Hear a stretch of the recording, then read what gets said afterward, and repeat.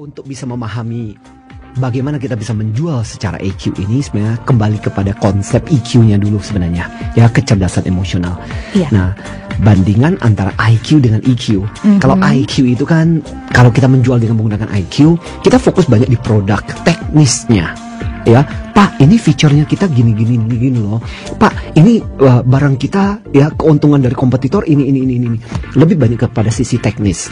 Nah, alangkah bagusnya kalau kita bukan cuma mengetahui secara teknis barang-barang atau produk kita, tapi juga punya sisi-sisi attachment secara emosional.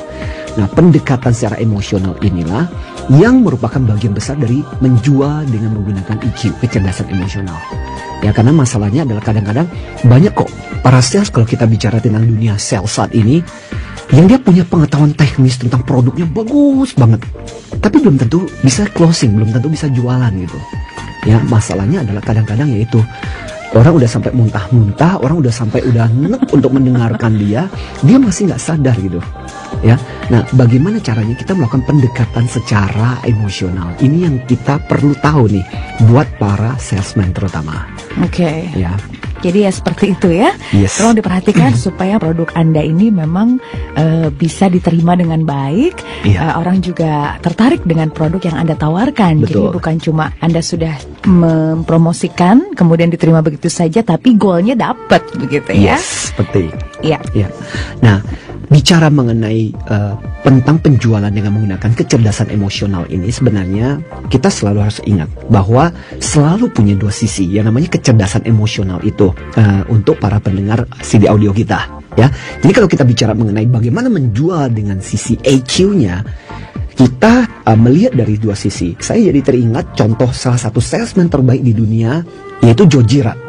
Ya, yang seumur hidupnya dia pernah selama 11 tahun sampai masuk dalam catatan rekor dunia. Karena setiap hari dia bisa menjual 6 mobil setiap hari. Dan itu konsisten selama 11 tahun dan jualnya satu lagi. Bukan itu sulap, bukan sihir ya. Gak pakai dukun apa-apa Gak pakai ya. dukun, gak dengan pakai keahlian. pakai ilmu pelet dan sebagainya gitu. With EQ ya, Pak. Ya, ini salah satu yang luar biasa. Jadi apa yang bisa kita pelajari? Termasuk Joe Girard ini menurut saya adalah salah satu contoh orang yang menggunakan pendekatan EQ di dalam penjualan. Jadi ada selalu dua unsur, dari sisi EQ penjualan ini yang selalu ditekankan dalam penjualan dengan EQ. Artinya apa? Pertama-tama dari diri kita sendiri, yaitu dua sisi tentang diri kita. Pertama adalah soal kesadaran terhadap diri kita dan bagaimana kita mengelola diri kita sebagai seorang sales. Ya, dua unsur itu. Nah, mari kita ngobrol dulu dari sisi kesadaran diri kita. Nah, pertama-tama misalnya, apakah kita tahu dengan kebiasaan kita, kecenderungannya diri kita nyamannya kalau jualan itu seperti apa? Mungkin gaya kita adalah bukan gaya jualan yang maksa. Ada orang yang, dia bisa nyerocos dan sebagainya. Tapi ada orang yang jualannya lebih kalem. Apapun caranya, setiap orang sebenarnya bisa jualan. Nah, cuman cara setiap orang berbeda-beda.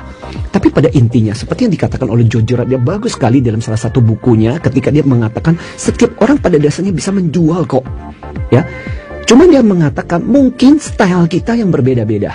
Nah, pertanyaan yang pertama-tama adalah apakah kita sadar? Ini bagian pertama dari EQ, ya, kesadaran kita mengenai diri kita. Kalau kita bicara lagi tentang kecerdasan emosional itu sendiri mengacu kepada konsep yang pertama kali dimunculkan oleh Daniel Goleman, orang yang pertama kali memperkenalkan tentang EQ, kan intinya adalah pertama-tama yang paling awal adalah kesadaran tentang diri kita. Saya ini bagusnya seperti apa? Nah, dari kesadaran ini kita bisa memupuk rasa percaya diri kita. Nah, percaya diri ini penting kan kalau kita bicara tentang penjualan. Karena kalau saya mengajarkan tentang cara penjualan kepada para sales, intinya sebenarnya you sell yourself before you sell your product. Kamu menjual dirimu dulu sebelum kamu menjual produkmu. Artinya apa? Kalau lu sendiri aja nggak yakin dengan apa yang lu jual, bahasa gampangnya, gimana orang akan percaya dengan apa yang kamu jual? Jadi prinsip pertama ketika kita jualan adalah you have to really believe with yourself first dengan produkmu sebelum kamu menjual. You sell yourself before you sell your product. Ada lagi satu orang, produknya masih belum terlalu meyakinkan, tapi dia bisa membuat orang itu tertarik.